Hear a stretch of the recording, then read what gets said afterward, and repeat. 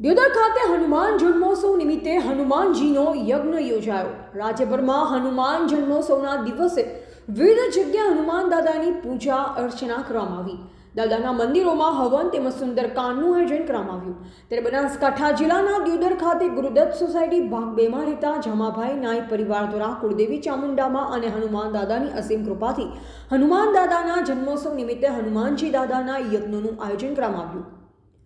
આ પ્રસંગે યજ્ઞના આચાર્ય હરદેવભાઈ જોશી દ્વારા મંત્રોચ્ચાર સાથે હનુમાનજીને આહુતિ આપવામાં આવી તેમજ દાદાની આરતી ઉતારવામાં આવી હતી। આ પ્રસંગે પધારેલ મહેમાનોનું પરિવાર દ્વારા સાલ ફૂલહાર દ્વારા સન્માન કરવામાં આવ્યું તેમજ સમાજના સંત અને તાજેતરમાં કુંભ મેળામાં 1008નું નાની ઉંમરમાં બીડું મળ્યું છે એવા સુરેન્દ્રનગર જિલ્લાના વઢવાણ લીંબચ માતાજીના સેવક સંત શ્રી ઋષિદાસ બાપુ પધારી પરિવારને આશીર્વાદ પાઠવ્યા।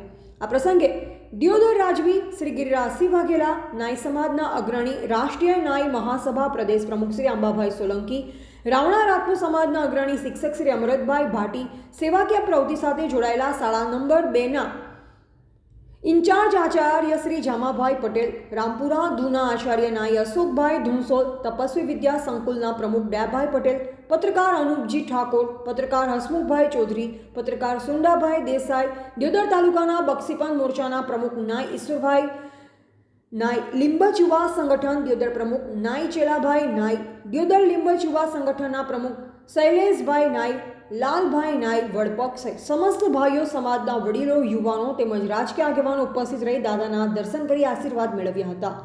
અહેવાલ રઘુભાઈ નાયક, ક્ષત્રિય જ્યોત ન્યૂઝ, દિયોદર।